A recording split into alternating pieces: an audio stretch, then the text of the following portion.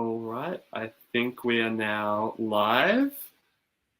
Yes. Hello, everyone, all the viewers at home. Welcome back to the Backbenchers podcast, here to recap the most recent episode of Survivor Canberra Season 2, Episode 7, I believe. Something about I'm a lone wolf.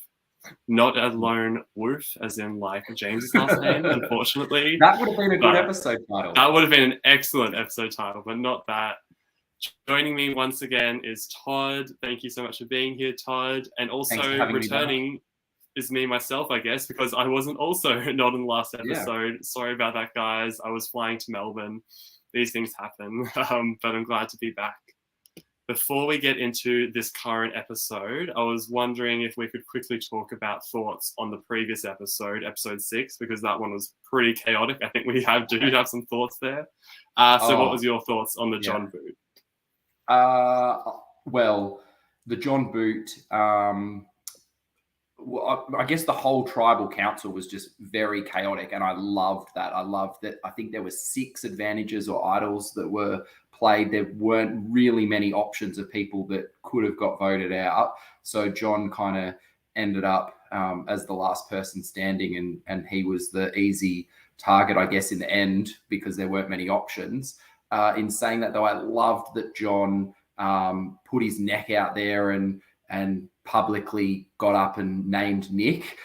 Didn't really go his way. I suppose he didn't know that Nick had happened to find an immunity idol only hours earlier, or even minutes earlier, it could have been.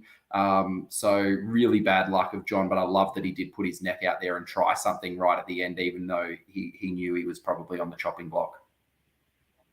Yeah, no, I loved the episode. It's like the entire episode, really, seeing him merge and seeing all these big characters come together was awesome. But particularly the Tribal Council, I'm two halves on it. On one hand, it was awesome TV. It was great to watch. On the other hand, I do feel really bad for John, because it didn't actually seem like he was playing that bad at all. It seems like he was playing relatively well. But I agree. Like, person after person immune, unfortunately, someone's got to go. I will say, though, I was surprised it wasn't Joe. I thought that might have been more of an easy name, but she was good. Out of all the people on the old Winu, John seemed to be the one in that episode that had started to make a few inroads into old Kubadang. And if he'd made it through that tribal, it would have been interesting to see whether he could have stuck around for a few more, because he was starting to get a bit of traction, I think. But you're right about Jo. She impressed me in that last episode. She's the way she's picked up the game in such a short amount of time. It has been really impressive. Mm-hmm. Definitely. And I do think John could have definitely survived a few rounds down if this last tribal had just gone his way. If like James hadn't won immunity, or if any of the advantages weren't there, he may have had a better chance, but it didn't work out for him, unfortunately. Yeah. All right, I think that's the last episode good. So we can move on to this episode. And this episode was all about one character in particular. So I think it's fair if we bring him in. Everyone, please give a warm welcome to the Orca himself, James. Ahoy, hey. Ahoy. Good to be here. Hey, James. Hey, good to be here. Good to finally meet, two icons. So... Oh, you're looking in the mirror twice? Wow, geez, I didn't know you could do that. No, it's good for you to be here. Claims to be the Orca. Well, it's like kind of like Dr. Phil, like, you walk in and, has like a little title bit underneath like the person's name, like throwing like that accusation. So I'm kind of like, got to put it out there. Gotcha. Seems like we've got some fan club here for the Orca. The orchestra, even. A lot better than the orchestra. All right. So, James, we'll just bring you in here. We're going to recap this episode, but since you were actually physically there, you can definitely give us some insight, any clarification if we have any questions, or you have any thoughts on like, oh, this is why this has happened. You can give us a little bit of insight that we, as the viewers, don't get to see while we're there. First of all, though, we come back from Tribal, we're seeing the debriefing. The first thing we see is actually Malcolm, because he just skipped out on Tribal. See him a bit nervous, but he seems like he was A-okay, comfortable that he played that thing to survive, because it seemed like he actually needed it. Do you guys think that was the smart play for Malcolm to play his advantage then? I think so. I think he was trying to play both sides, and was noticed that he was trying to play both sides, and put a bit of a target on his back. And I think it was a very smart move of his to get out of there, especially with how many idols and advantages got played. If I had that safety without power, I'd be out of there too.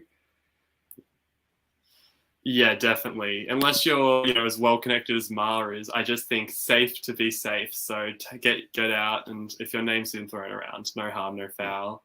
And that first vote after merge, it can be quite chaotic. You don't know where loyalties fully lie, and knowing that you're actually safe is I think a smart move. So I think well played, Malcolm. Looks like James has also used his safety without power for this interview. It's A-okay though. He'll be back, I'm pretty sure. Just well, he saw that there. I think Mar had made a comment how we meant to crush him with him there. So, so we'll just let Mar get out of that frustration. Notes here about James that I'm willing to say maybe just while he's not here. Spit them out quickly before he comes back. Yeah. Speaking of coming back, this is pretty much all for Malcolm. We go into the intro and then we head over to seeing everyone come back. We see a bit of talk from Joe, from Ma, pretty much everyone saying their thoughts on it because there's several thoughts on it. One of the main ones I liked was Joe just being like, I don't know what happened. That was crazy. Everyone was pulling things out. Sophie said it was like Oprah. It really seemed like people were stunned at what happened. Yeah. Yeah, I think the viewers were stunned. It sounds like the people who were part of it was stunned. There were votes flying everywhere. There were advantages and idols being played. It was chaos. Great TV. And I think Joe summed it up pretty well. Like, people didn't really know what was going to happen at the end of it. No. Not often you see I think it was a 3-3-2-1 vote, if I'm correct. I think that was quite literally what it was. That's insane. Yeah. But after that, people are then trying to think towards the future, what is the next move? And the name that keeps coming up from pretty much everyone's names, from pretty much everyone's mouths is James. Speaking of which, we'll also try and bring James back in here. Hopefully it'll work. A little bit of a freeze frame there. We'll give you a bit of time there to get settled in. But it seems like in the game, pretty much everyone is saying James as the one to go next. Yeah, sorry about that. Just a few tech issues on my laptop. No, it's all good. Including, and this is really interesting, I want to hear your thoughts on this, Todd, including Anna. Anna and James have seemed close for pretty much the whole pre-merge. In last episode, they were working together. But Anna says, no, ready to cut ties, don't like being bossed around. Do you think this was a good move? Did you support this? What did you think, Todd? I think Anna did the best thing for her game. I think she could see pretty clearly that James was the next target and she needed to distance herself from him. I think she did a really, really good job of doing that. And yeah, in the end, I think it pays off for her. I think she had a really good episode. I think she's made some inroads into the old Kubadang tribe. And I think that started with her distancing herself from James. Sorry, James. Well, we'll definitely get James's thoughts. That's okay. I'll just you wait till I get my chance, Todd. I'll end it. Yeah, I don't think there was a lot of other names mentioned at this particular moment. It did seem like people were mainly unanimous in that regard. However, there was some discussion in terms of, it seemed like the girls, were starting to maybe form a bit of an anti-boy club, which could definitely work out. You hear it most seasons. And what I found particularly interesting is season 1. I'm not sure how much you know about that, Todd. Season 1, the women did not do super well. They got taken out. A lot of them got taken out quite early on. But this time it does actually seem like they might, and especially with players like Ma and Sophie who are really strong, it does seem like we could be getting a bit of a power over there. What were you thinking about this, though? I think you hit the nail on the head that an all-girls alliance does get spoken about usually at one point every Survivor season. Whether it actually happens it's far less that it actually happens, and then far less that it actually works. I think there is potential this season. You've got Ma and Sophie, who I think are in a very powerful position in the game. The two of them are involved in a lot of the decisions that are being made, and they've got Joe on their side already. Anna's Anna is starting to make some connections there. I think Mel would just go with the flow at this point in the game, as long as it's not her, just to make that next step. So there is potential. Malcolm and Nick are drifting out of that alliance by the way things have happened this episode. So it could happen. Yeah. The interesting thing to me is that it's not even a core five, though. If they were working together, Anna and Mel, they're not really close at all. And then Ma has been against Joe at different points. And, Mel, where does she fit into all of it? I don't think it's going to be like 5 to the end, which is what makes it really interesting. I think they might work together for a bit, and then the knives are going to come out, which should be really fun. But we'll see how it goes. We don't know yet. They only had a couple votes for the merge right now. Was there anything else that you had down before we head to immunity? Anything else that stood out to you as particularly interesting? I guess just going back to the recap of the previous episode and James's role in that, I think James was playing super aggressive, and I think he had to. He was clearly on the bottom and then came out of that tribal council still on the bottom. But to get yourself off the bottom, you've got to play aggressive. You've got to cause chaos. I think the fact that there were so many idols and advantages played at that tribal council was a big part of the way that James had played. People were spooked. People just wanted to make themselves safe. I think, the chaos that he caused has already started to have a bit of a ripple effect. And we see that throughout this episode too, quite a bit in some of the way that people are talking about Nick and James's relationship as well. Sophie's interaction with James, the Anna-James relationship. He's caused chaos for sure. Main character energy. James, is there anything you want to say in this regard about causing chaos? What were you thinking when you were doing all this? I was thinking to myself, I've come all the way up to Canberra. I'm not going to be there to fuck spiders, so I may as well at least try and cause a bit of chaos, have a bit of a run. And like Todd said, I felt like very much on the bottom. I felt like playing aggressive was certainly my best option. And it's very high risk, high reward, or it can, blow up in your face. And but personally, I felt like it was my only option, because I felt like if I was playing passively, then I'm still going to get picked off regardless. So, yeah. And I think the fact that you had the immunity necklace allowed you to probably play even more aggressive, knowing that you were safe, that you could drop those grenades and knew that they weren't actually going to come back at you straight away. Yeah, 100%. I didn't get shown in there, but as soon as I won the necklace, because I knew I was already going to be target, I really kind of wanted to, cause a bit of aggravation. I was literally going to different groups, being like, just flaunting it like in front of them, just causing a bit of aggravation, causing people to get a little bit narky. Anything to cause a bit of chaos, a bit of doubt, and a little bit of fear, and sometimes it works out and sometimes it doesn't. So well, those big moves come with big risks, and you played some big moves, and I think it worked for you, and it could have potentially kept working for you, but I think some people had probably already made their mind up.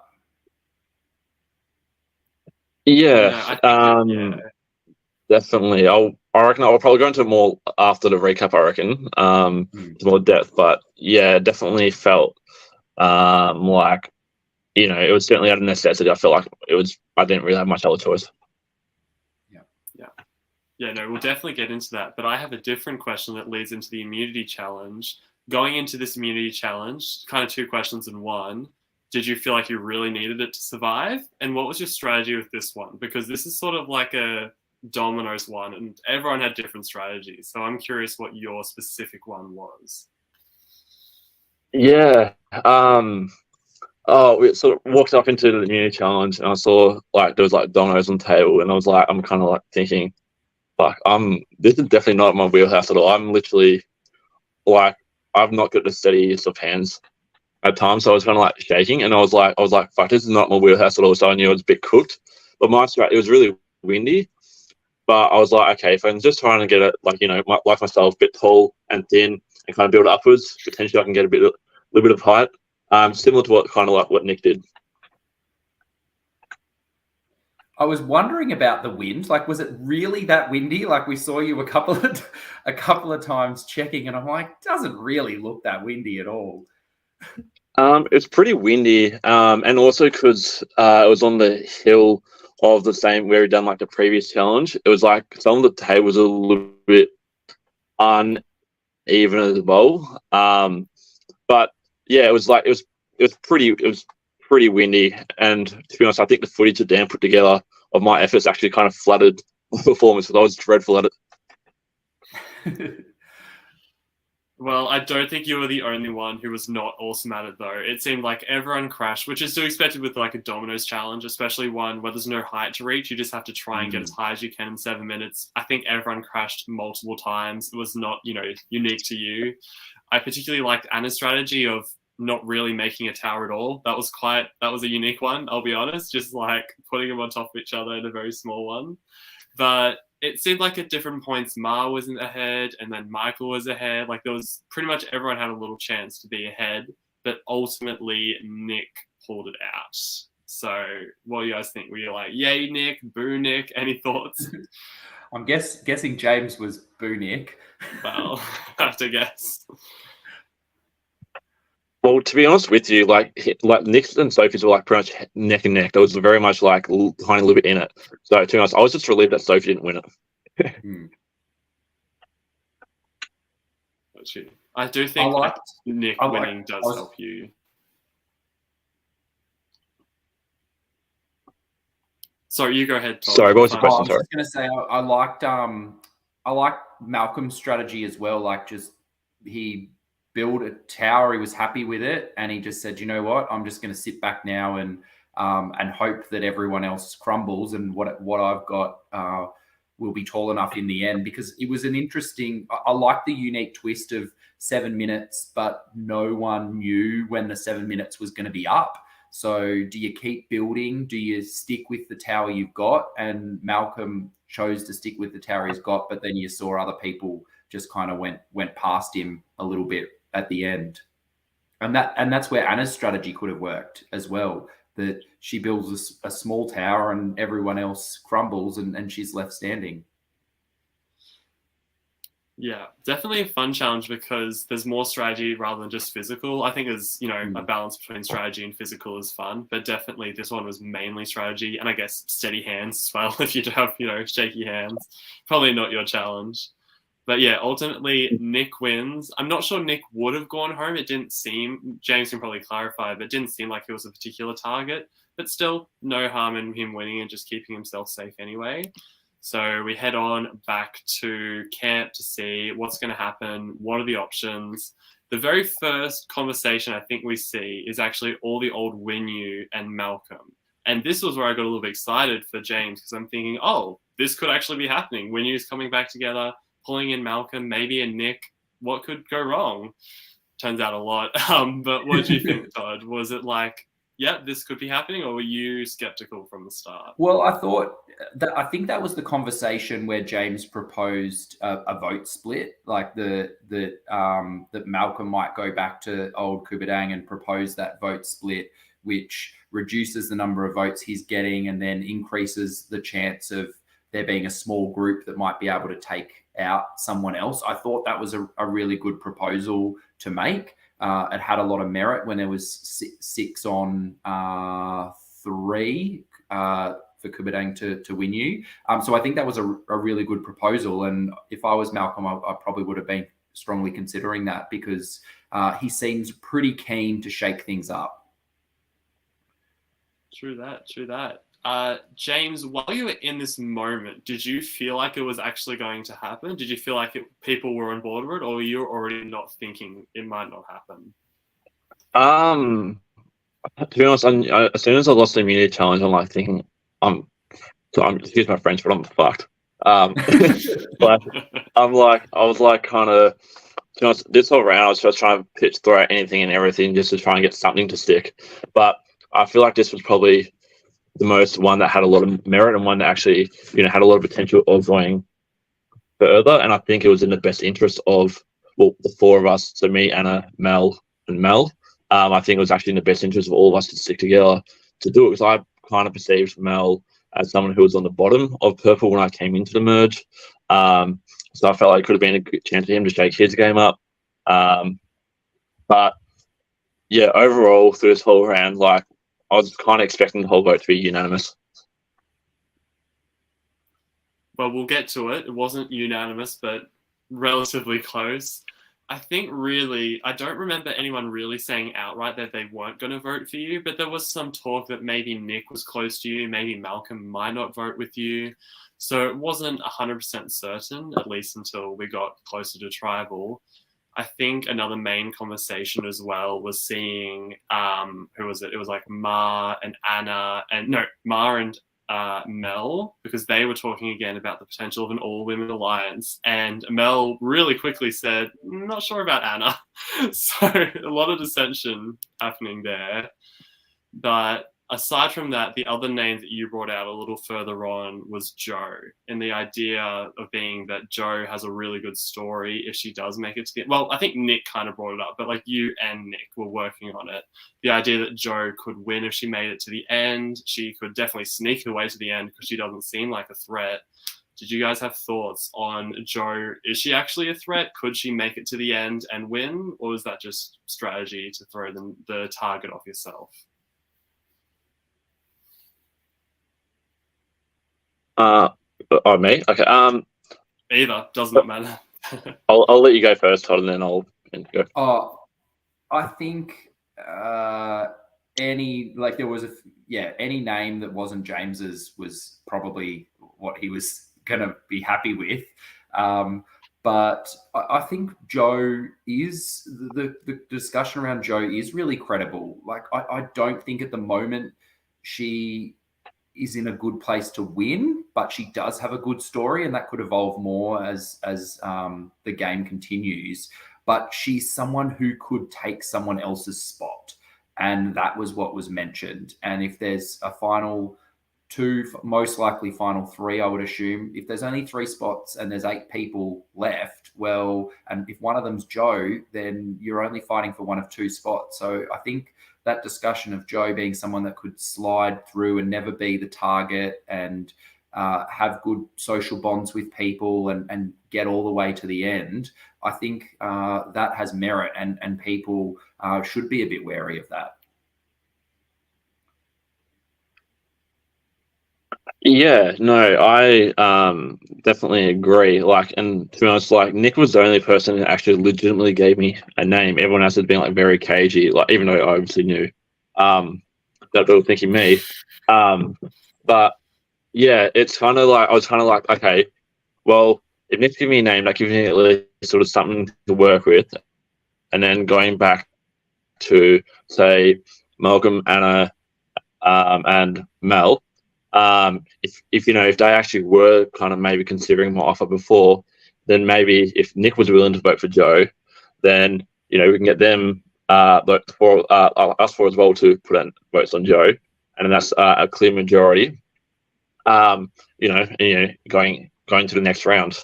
But it also goes into when I spoke about Michael, trying to sort of tickle his ego a little bit, saying, well, actually, I was kind of see a bit of a dangerous player. I mean, like, do you really want Jo?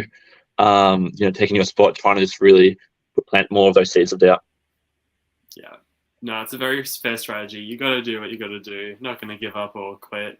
And for like a little moment, there was a little bit of talk. Like we actually hear Nick in his confessional say, yes, Jo is someone who I want gone. Jo could take up a spot for me at the end. But it just didn't really seem to go very far in terms of votes.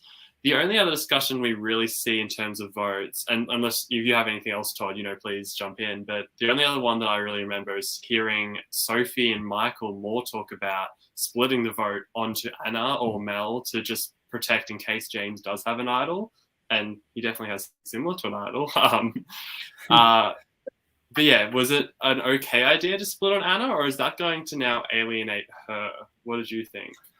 I think it was an okay decision. I think Anna was trying to weasel her way into some of the relationships that already existed in Kubadang, but I don't think she was tight with anyone. So I don't think that decision's going to come back to bite anyone. I don't think Anna has the numbers to turn on people for voting for her.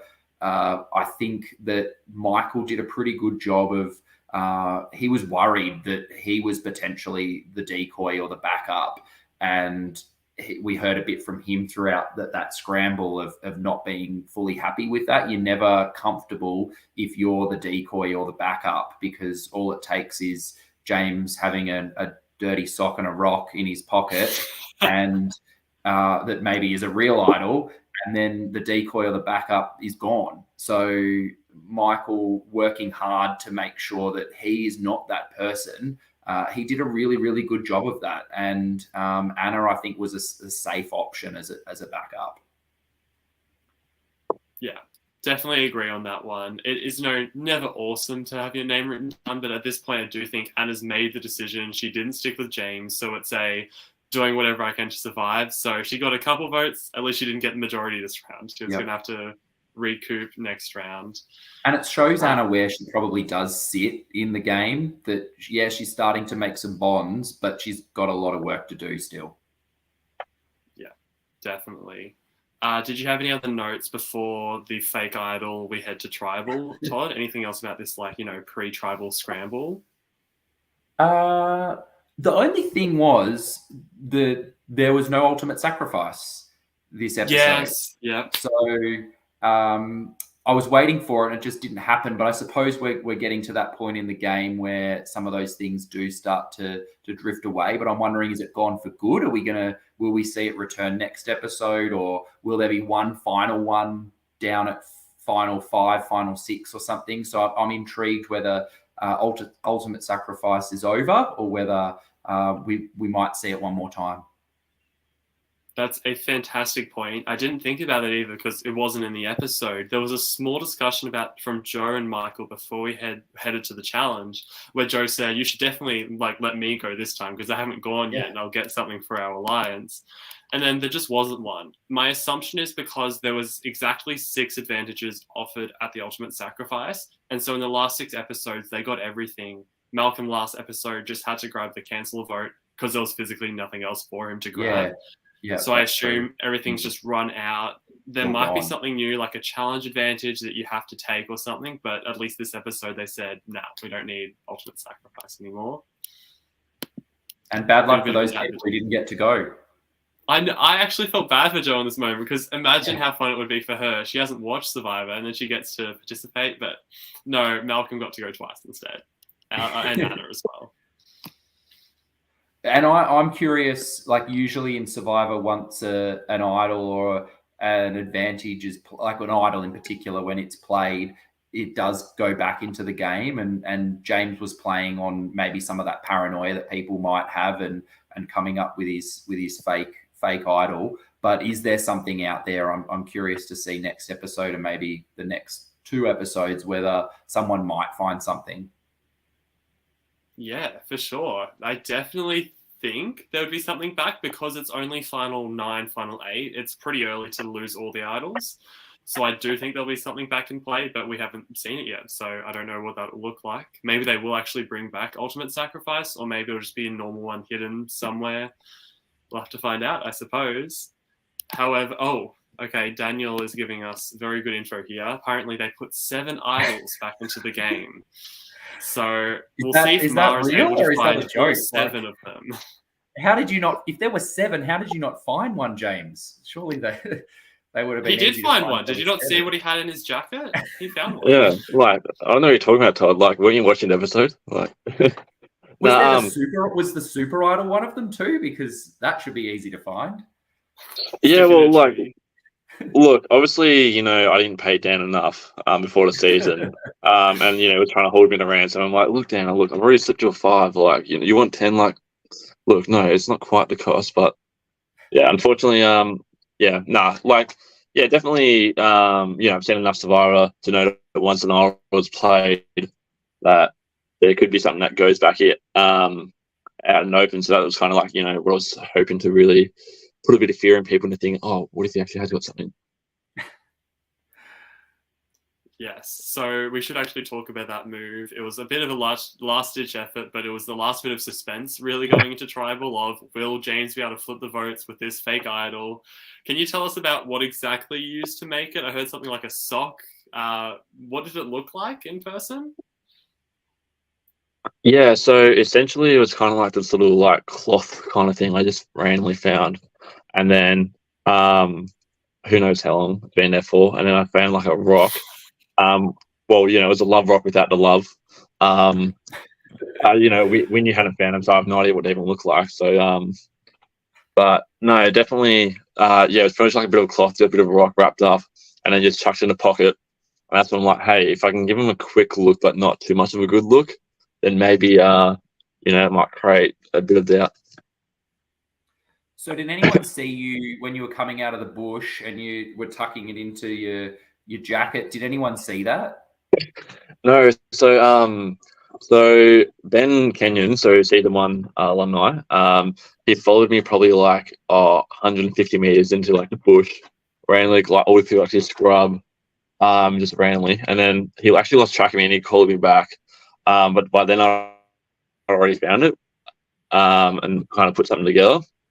So that's when he just caught me just tuck it into the pocket, but I was probably about too far away for anyone to kind of see, what I'd done. Yeah, fair enough. All right, Do you think it would have maybe been more effective if someone had seen you coming out of the bush tucking something into your pocket? Because I'm not sure at Tribal whether people actually really bought it. Yes and no. I guess the kind of reason why I didn't kind of do it in front of anyone is because, wanted to bring up that last minute Tribal to create that last minute and get people kind of second guessing.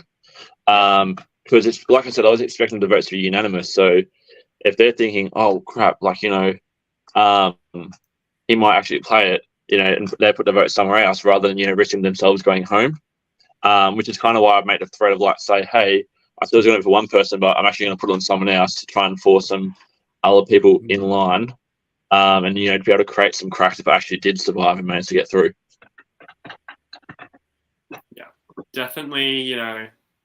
Grasping at straws, but you just got to grasp at something because ultimately the other option is going home. So not a good option.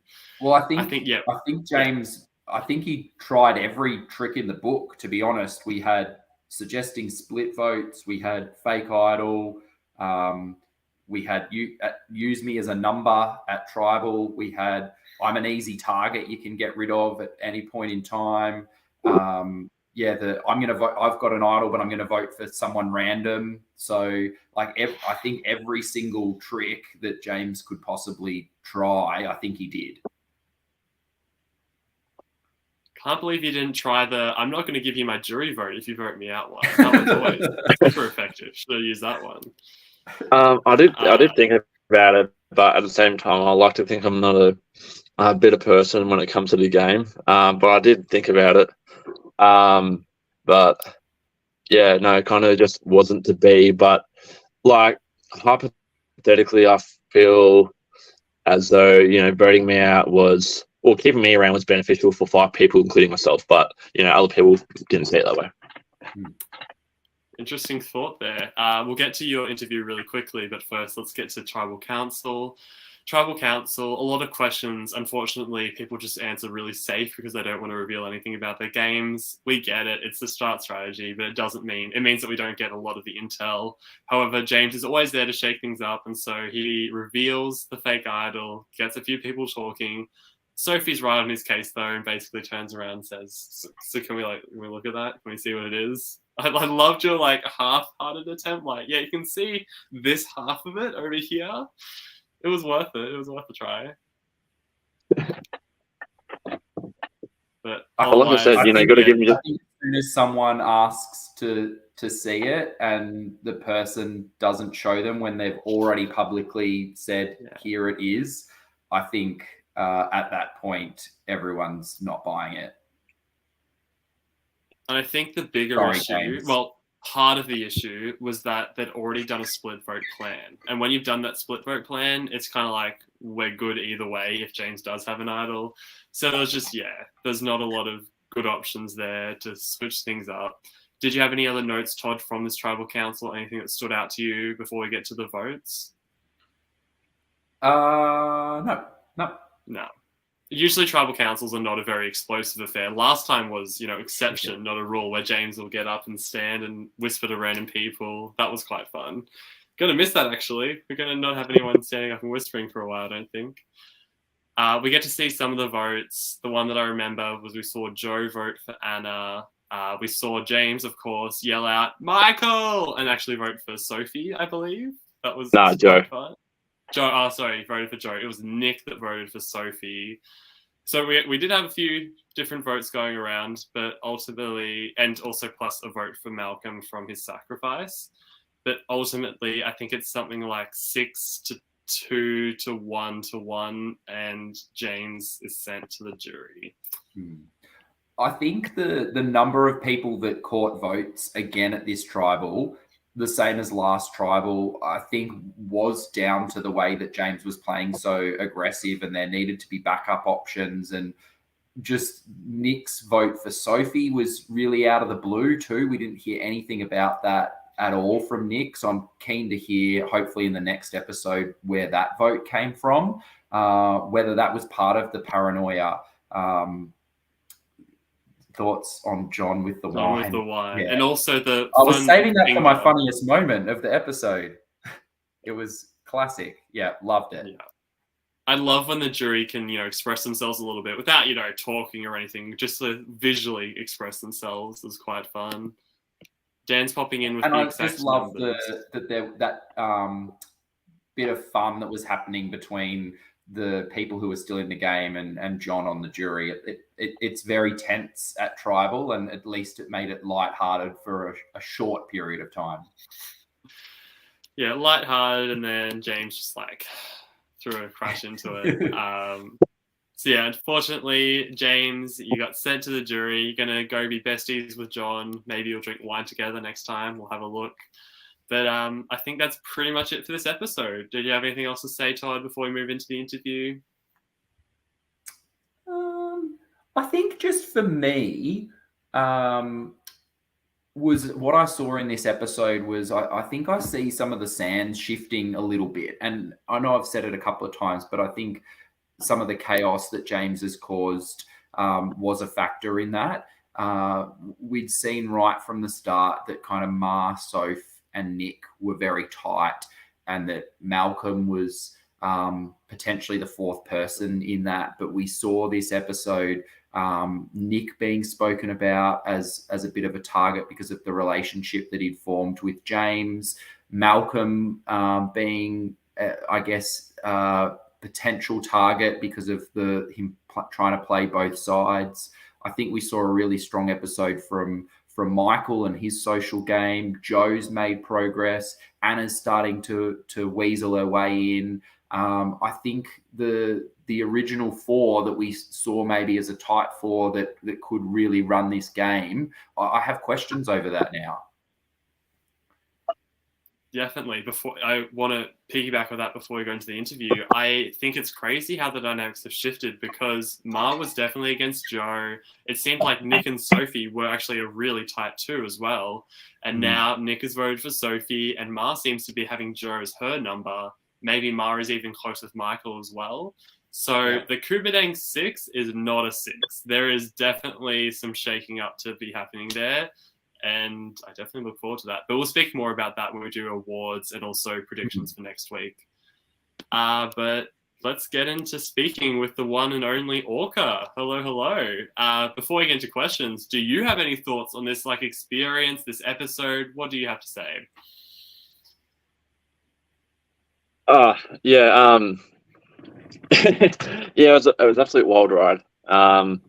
Even though I genuinely enjoyed playing on the day, and it was such a fantastic experience, and privileged to be part of it. And then watching it back, I mean, yeah, certainly a bit of a roller coaster, especially knowing the last two episodes. yeah, just knowing it was an absolute hot mess, I was actually like really keen and looking forward to watching it. And it's certainly brought back some mixed emotions. I mean, and so Yeah. I was going to quickly go back through the chat because some people did drop questions that I didn't respond to at the time because I was saving them for now.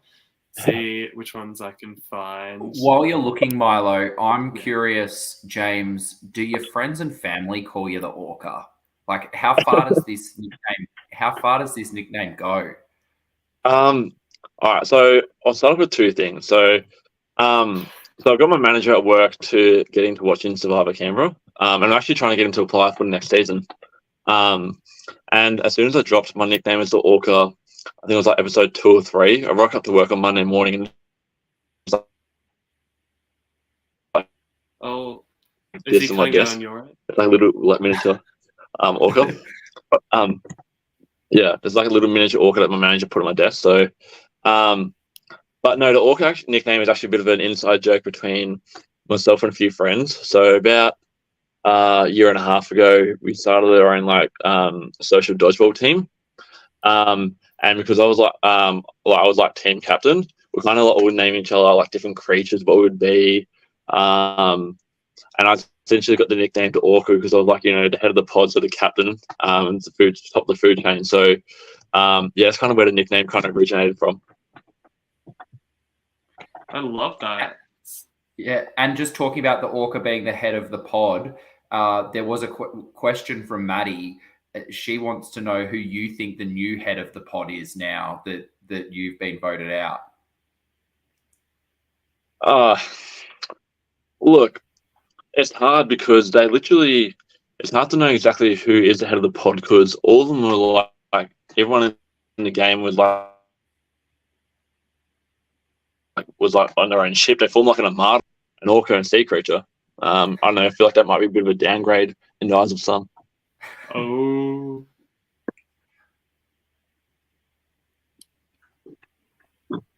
But if I was saying who I felt like when I left who was in charge and running the game, I definitely felt like Michael and Ma were the people who were controlling everything from original Purple. That makes a lot of sense, actually. Definitely agree with that. Going back to a question from Jackie, do you wish you had targeted someone besides Sophie? May your game have been different had you done that? I'm not sure you like pushed for Sophie too hard, but you did have a bit of a disagreement or two with her.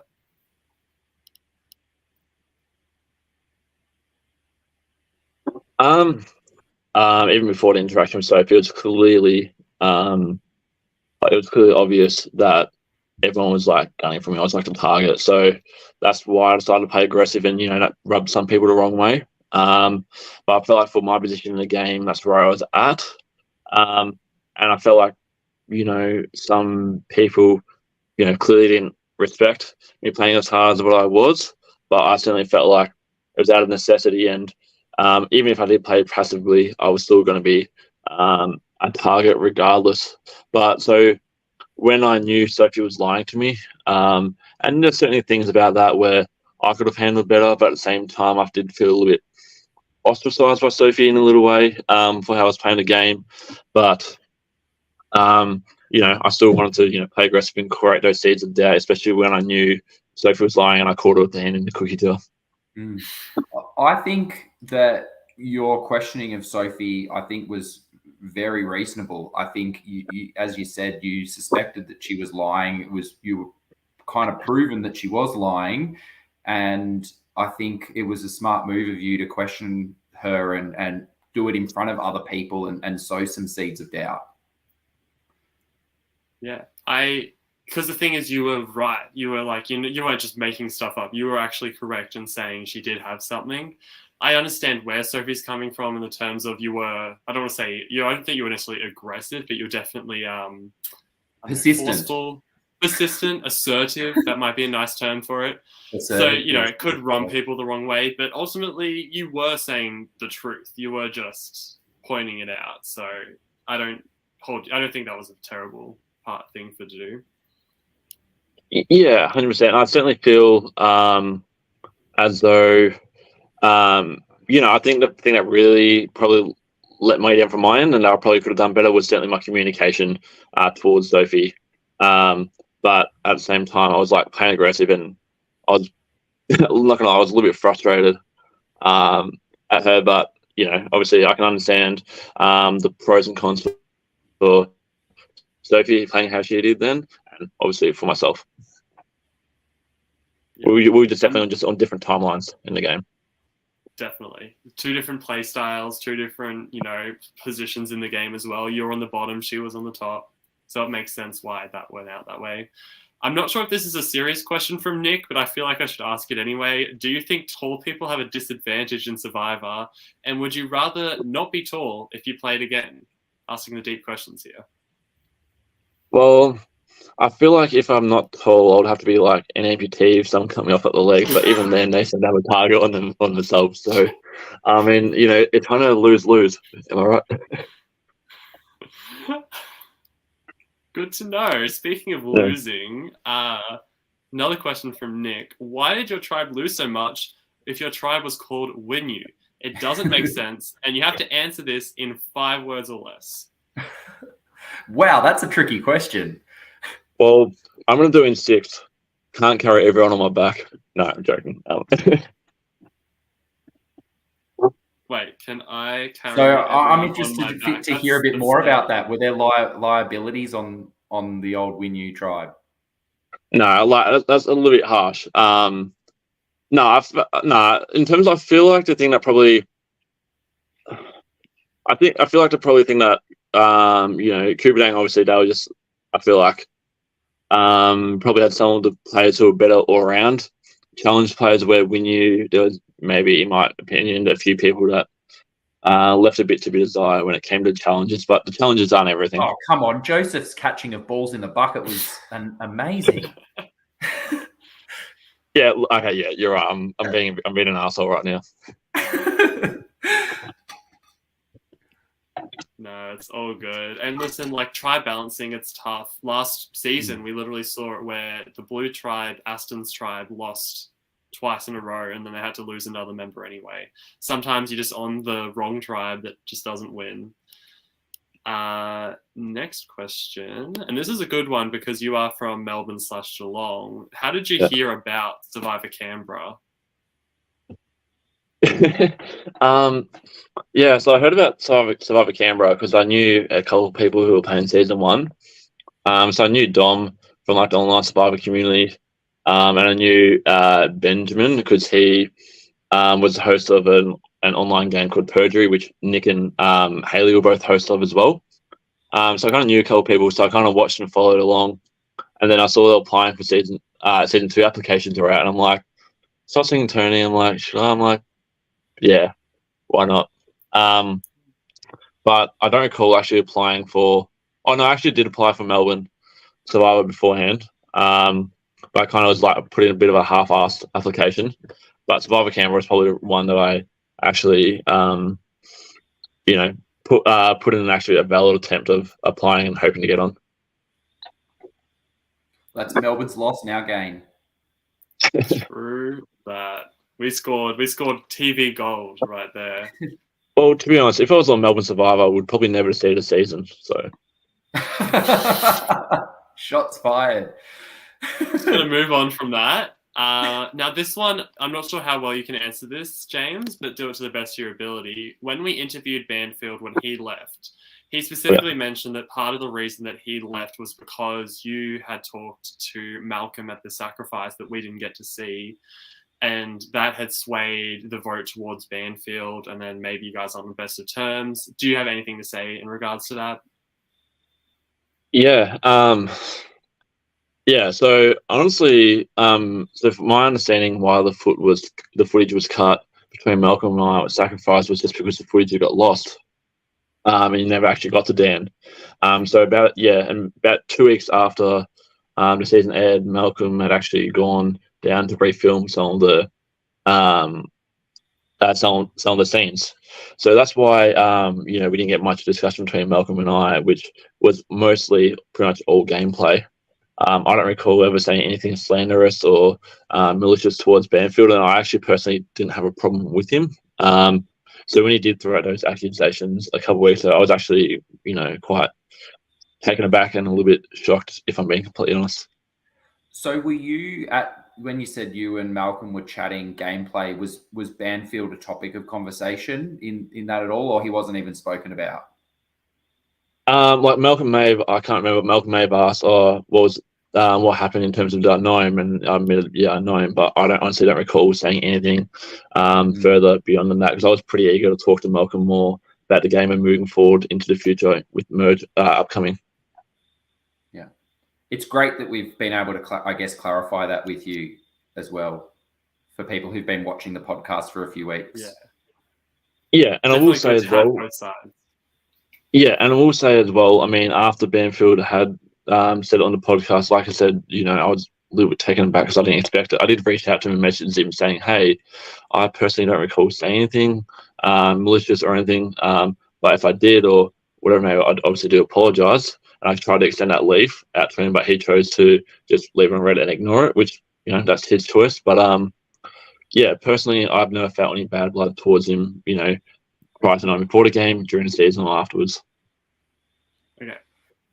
While we're talking about I had a question too. While we were talking about relationships, I'm curious to hear about your relationship with Anna in the game and how you saw that from your perspective, because we heard quite a bit about it from Anna's perspective, but I'm curious to hear from you. Yeah, so firstly, Anna was not my number one at all, despite what the edit probably shows. The person I probably felt most comfortable with, or we knew, and I felt like I bounced off really well with, was John. Personally, with Anna, I personally felt she was very stubborn, very erratic, and very paranoid throughout the game, and I found it very difficult to work with her, even though it is in our best interest to work together. But I can understand why she felt like she wasn't listened, why she wasn't being heard. But I felt like everyone on Winu had given her opportunities to speak and say what she thought, but we kind of rebutted with ideas that were more better for us to hopefully, move forward more in unity. But she was I felt like was being very stubborn and a little bit irrational, in my personal opinion, with how she was playing. And that's not being bitter against her because she voted me out, because it's not that at all. I mean, she felt like she was doing what was best for her game, but I personally felt like that was a wrong move, and I disagree with what she was saying, that she wasn't heard, because I felt like, if anything, she wasn't probably listening. Yeah. Well, there's two sides to every story. As I said, we heard quite a bit from Anna in the last couple of episodes, so that's why I was curious to hear your perspective. That was a great question. I was definitely going to ask that at some point, because we definitely heard a lot from Anna, but we didn't hear a lot of confessionals about you speaking the other way. I was thinking that John was your number one guy, which is why I was a little bit confused. He flipped away from Kubadang, from Winu, sorry. Do you know why he didn't really stick with you specifically? Because he didn't have any bad blood with you really at that point, did he? No, I never felt like bad blood between John and I. felt like him and I were able to bounce off each other really well. I mean, I feel like my strengths in the game are more so challenge and strategy based, where John was a really nice sort of like social foil for me to be able to bounce off. I felt, and that's why I may not have been his number one, but I feel like John was someone I really could connect with moving forward in the game. But I think the fact that what happened in the previous vote with Anna trying to flush Mel Super Idol caused a lot of disharmony between the four of us, and then in turn, I realised that John was using me as a shield to be able to move forward. Which on his part, if I didn't win immunity, I mean, I would have been needed to go on his integrated. But yeah, I mean, once again, he felt like he was doing what was best for his game, and that's his choice. But I felt like it was beneficial for the four of us to stick together and to utilise Anna's idol, Mel's super idol, to be able to flip the script. But it didn't happen that way. I think that's more credit to the game that John was playing, which probably was even a little bit understated. That you're saying he was potentially your number one. Mel was saying that she felt he was her biggest alliance in the game. John was starting to make some inroads in old Kubadang. He just really had a bit of bad luck at that tribal council, that he was one of the few people that could have actually been voted out. And even when we interviewed Hayley, she said her number one was John. So we've just suddenly got 3 people in Winu who all had John as their number one. We haven't even heard from Anna. And Anna's definitely playing a good game. Well, and then you just get one bad round and it's all over. Yep. It's kind of crazy. Speaking of John, Yeah, John asks, why do you have such natural alpha energy, James?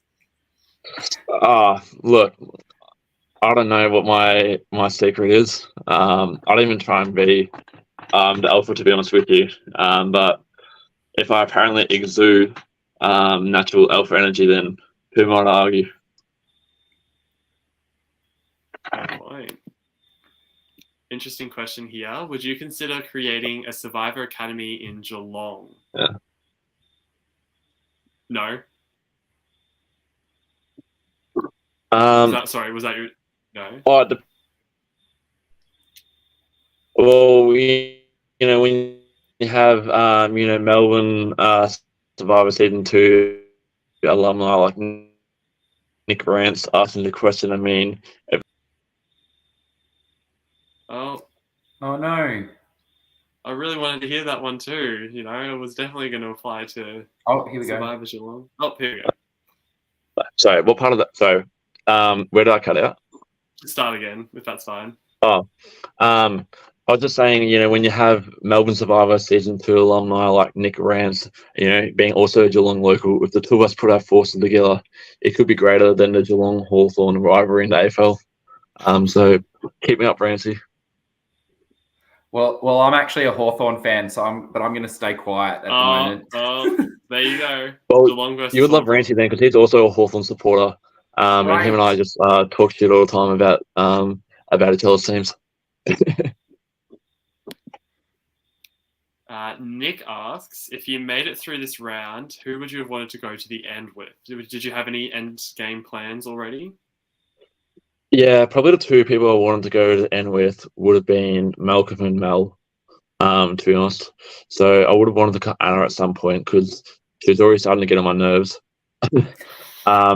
So even though I did perceive her as a little bit of a goat, I probably would have tried to cut her towards the end.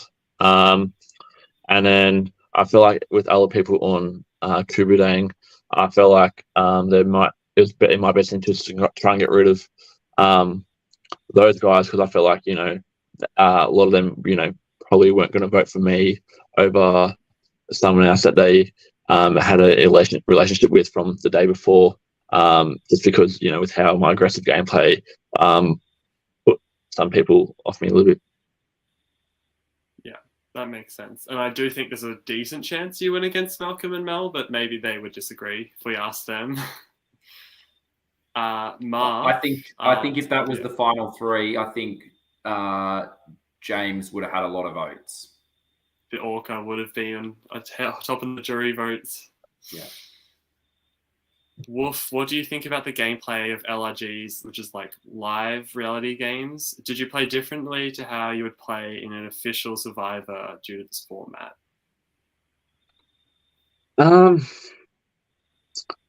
No, I feel like naturally I feel like I'm a very proactive player.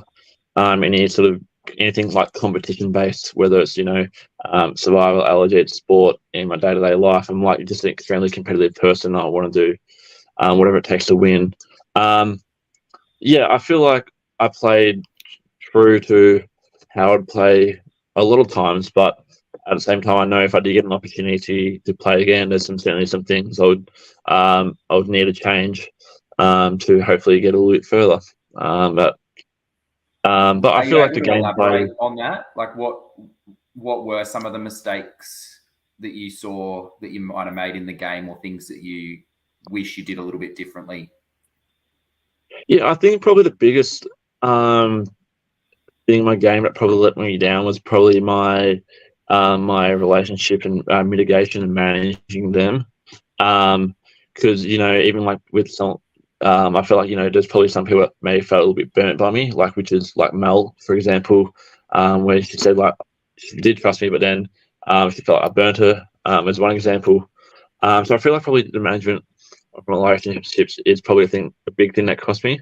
And I think that's certainly something that would need a little bit of work, but that would probably also goes hand in hand with, probably being more relaxed in my social approaches as well, because I was always in game mode, like cogs turning. It seemed when you had some type of conflict or disagreement with people, whether it was Mel or Anna or Soph, that you weren't able to recover those, that pretty much as soon as that happened, those people were dead set on getting rid of you. Yeah, like that's true. I would say that's true, but it may come down to obviously from my end, I was like thinking what I was saying. It makes sense for all of us to move forward. So it was frustrating when they weren't necessarily jumping on board with what I clearly felt like was in the best interest, obviously for myself, but also for them moving forward as well. But like I said, that probably comes down to some of my communication skills, probably being not the greatest at certain times. But but in saying that, I felt like my ideas were right and made sense. Maybe that's just me being a little bit arrogant. Who knows? Healthy amount of arrogance. You could call that, self-confidence if you would like. I think we've gone through most of the questions, but there is one really important one I jumped over here. So let me pop that one up. Who would win? 1 orca versus 10,000 rats? And you can't pick neither. You have to pick exactly one of the options. Well, the obvious answer is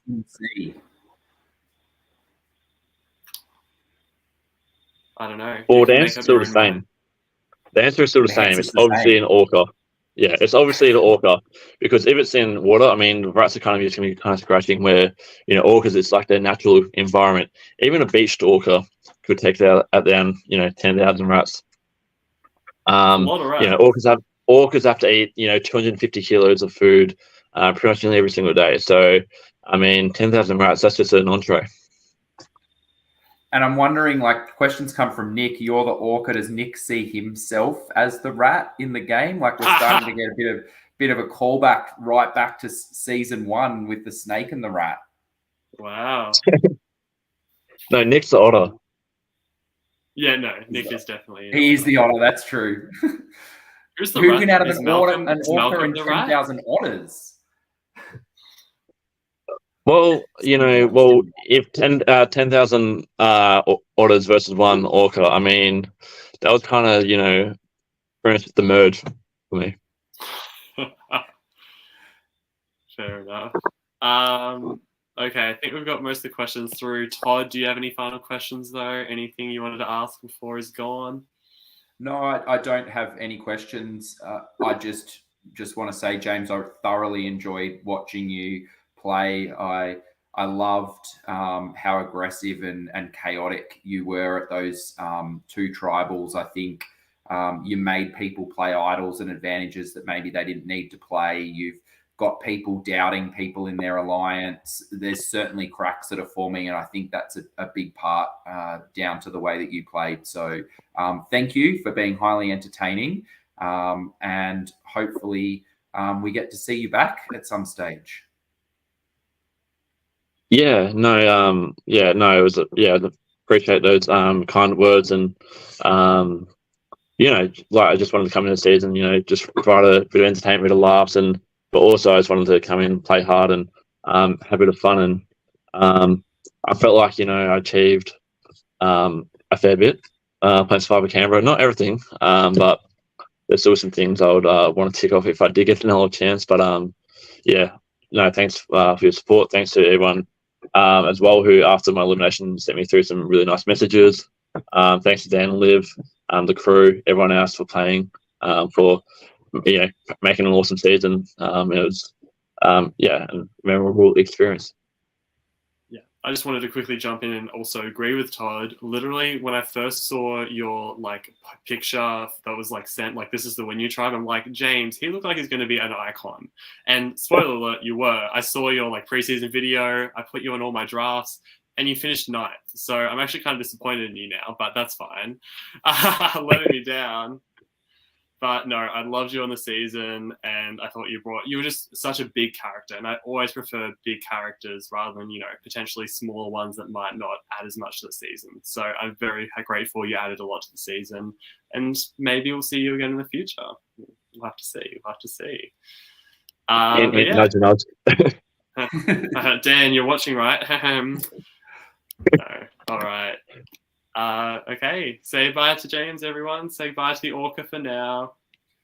See you, James. Bye-bye. Yeah, thanks. Awesome. All right, let's get into some of the final things for the episode. You already kind of mentioned this earlier, but favorite / funniest moment. Did you have a pick for that? Oh, like there was a few, like James checking the wind. I thought, like, come on, like, Mel, like, kept confusing. Like she obviously got Anna and Amy, and now she at one point, like it was suggesting Joe, and she was like, hang on, which one's Joe? Is she the one in the bubblegum jumper or the purple hat? And I'm like, does she even know anyone that's playing this game? So that made me chuckle a little bit, but you can't go past John coming into tribal, flipping the bird to everyone, sculling his necking his wine out of the bottle. Like, yeah, it was great. Yeah, 100% agree on pretty much all of those. I totally forgot about that Joe moment, but yeah, between Malcolm as well. Who was it? Malcolm didn't remember Mar's name, and then Mal's mispronounced several names. It's been good, but the Todd moment was the moment of the episode for me because it just came out of nowhere. I kind of expected John to just sit down normally, maybe do a friendly wave, but he went for the line, and I respect that quite a lot. Let's do awards now.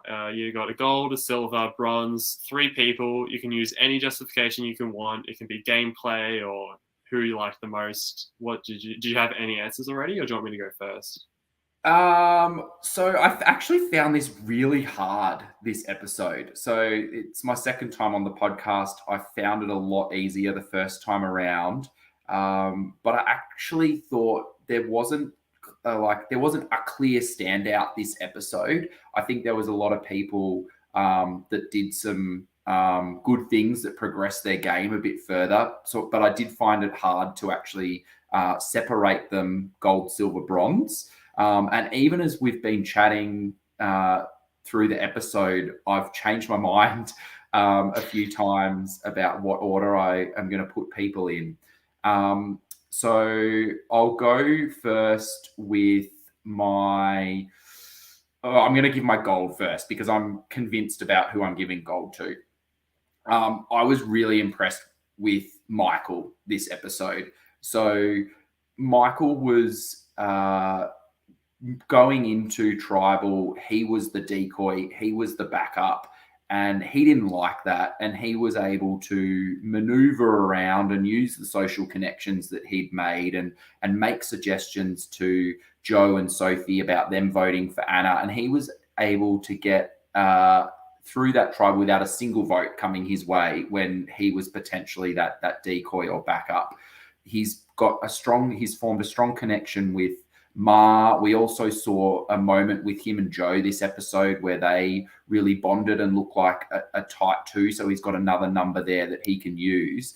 He is being mentioned often as a target, which does worry me. But I think his social game was really, really strong this episode and has only got stronger as the seasons progress. So Michael got my gold for this episode.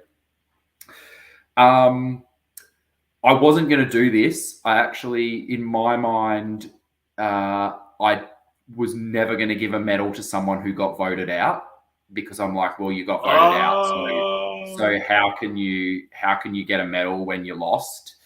But I just, talking through the last episode and then this episode, James did everything possible that he could have done to try to stay in this game. And he had a fake idol. He suggested split votes. He threw every reason out at Tribal Council for why people would keep him. And unfortunately for him, nothing stuck, but he did absolutely everything that he could. And he's created chaos. He's split potential alliances up. So I'm going to give my silver to James. And my bronze, I'm going to give it to Sophie. And the reason being is Sophie had very clearly identified that that James was the target. She wanted him gone. She didn't even need to vote for him in the end. She was able to be one of the votes that was a vote for someone else, because she knew that there was already enough numbers going on James. And I just loved how ballsy she was that she just called him a flog right to his face. So she didn't like the way that he spoke to her, and she told him. So, and she's still in a great position in the game. I see her and Ma as being really tight and involved in a lot of the decisions that are being made. And Sophie's not really ever being mentioned as a target in the game. So Sophie gets my bronze. Those are three excellent picks. I have very similar opinions to that. You actually, in doing what you just said with James, you actually convinced me to give bronze this week to James. Yes, I also said, why would you give it to someone? But, I'm looking beyond just results and being like, you know what, James actually did do pretty much everything that he could do. I think maybe back in episode 2 of the podcast, Maddie gave it to Grace. I was like, Grace, I just loved what Grace did. She gets her medal. So in a similar vein, I'm going to give my bronze to James because I feel like he deserves it for what he's done the last 2 episodes. Yeah, so I agree. Good for you, James. But in terms of my top 2, it's about who really outplayed the best. I'm going to give silver to Anna. I'm not sure how the move this week will work for her moving forward. She could go next for all I know. However, I do think separating herself from James, at least in the short term, should help her out. I don't think she's now necessarily on the bottom. And if this all-women alliance comes together, maybe then she is in a really good position to make it far, maybe even to the end.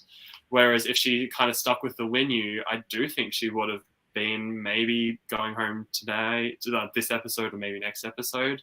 So definitely impressed with Anna this time. She gets silver from me. So Anna was the one that got bumped for James. Number 4. So I thought she's really done a good job at trying to distance herself from Winu and try to form some connections at Old Kubadang. I guess the only thing that worried me is that she ended up being that decoy or backup option, not decoy. She was the backup, and that that I suppose shows that she's not really made the inroads that she would have probably hoped. Yeah. And we'll talk about some predictions for next week because I do have a couple thoughts on how it might turn out. But I'll quickly say my gold first. I think I've said this pretty much every time, but my gold goes to Ma because I do think she is still currently playing the best game. And even in this individual episode, just from what we saw in this episode, I think she is still playing the best game. It's insane to me. She has not been named as an option to go. Yeah. I don't think ever, even in episode 1, they didn't really say she should go. They just said she's going to be a social threat, and she is. So I don't know. I just feel like at this point, it is like there's plenty of good game players. I'm not saying, Ma is the queen of everything. But I do think at this point, she is probably like the number 1 for me. So she gets my gold this week. Yeah, I'm hoping, like she mentioned when she did her voting confessional and voted for James, that this was setting up the rest of her game.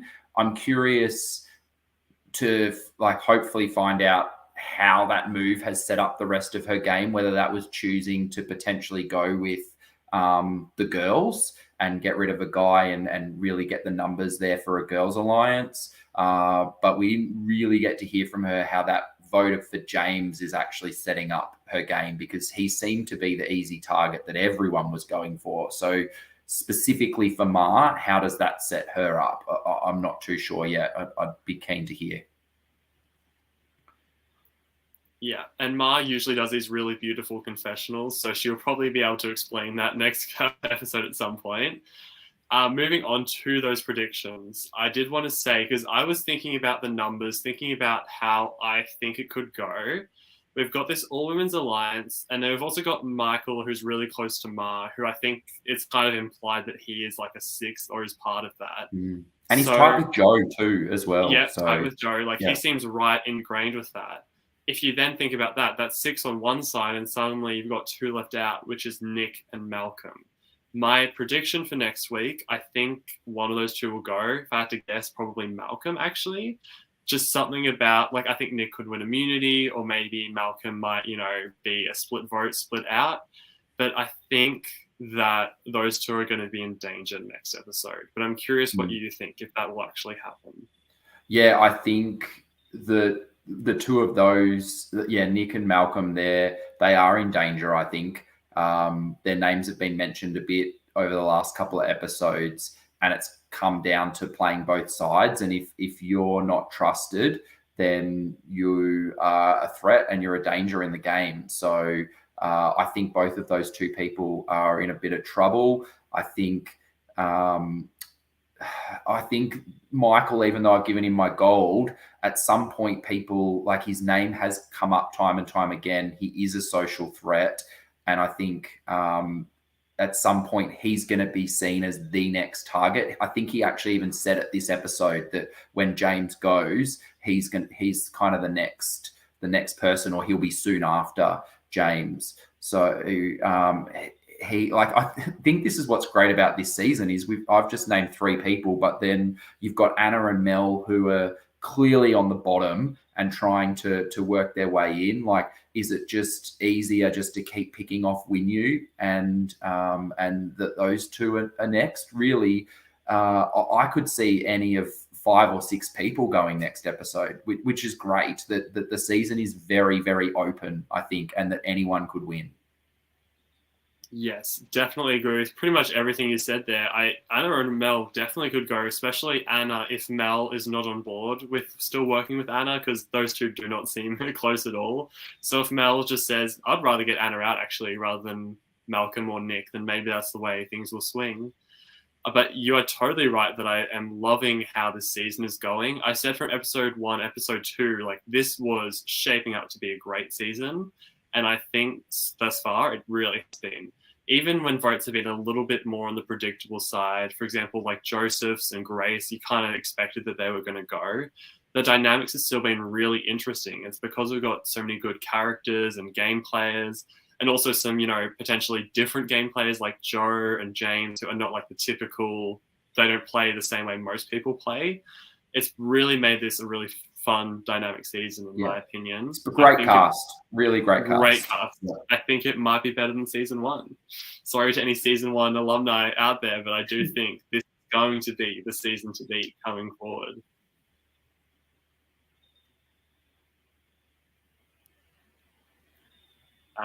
Any other thoughts before we finish this one up?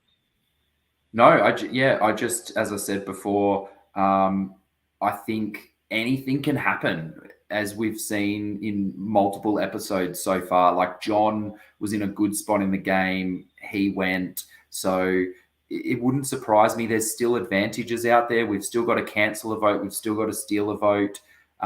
Whether ultimate sacrifice returns, all of those things can turn the game on its head at any point in time.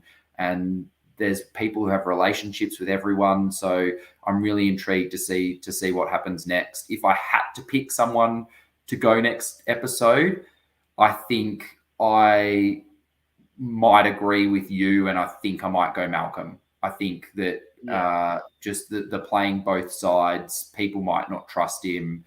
He said himself that episode that his original 4 is kind of broken apart. So I can see Anna and Mel maybe slipping through the cracks for a few votes, and Kubadang might start to turn on each other.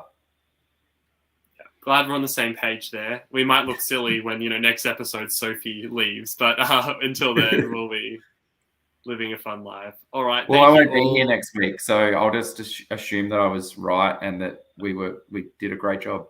You're gonna skip all the episodes until Yeah, you're I'm next not, on the podcast. I'm just gonna ignore it and just Malcolm got voted out, and I'll see you in 2 weeks. You'll come back the episode Malcolm gets voted out. So if he gets voted out the final 4, you'll have to wait until the finale to come back in and join us again. Thank you to all the players and all the viewers who are joining us. We love you guys. You're the reason why we do this. Obviously, it's so good that you guys are interested in Survivor Canberra because we love it as well. And most likely we'll be back next week. Even if it's not me, we'll have like another Squin or a Riley. We'll have someone filling in. And I think that's pretty much it for me. And I can't go without saying no one noticed that I'm not in a sauna this week. Like no comments at all. No. I worked so hard to have a crystal clear image for you all. We've got some fake Backbenchers fans in the comments today. Yeah. I mentioned it as soon as he popped on the screen. I'm like, oh, you're not in the sauna. You're like, where's the sauna gone today? No, it's all good. You'll have to bring it back next time. I'll bring it back. Actually. I'll bring it back next time. It clearly was popular, so I'll have to bring it back. No worries. Have a good night, guys. See you. Thanks, everyone. See ya.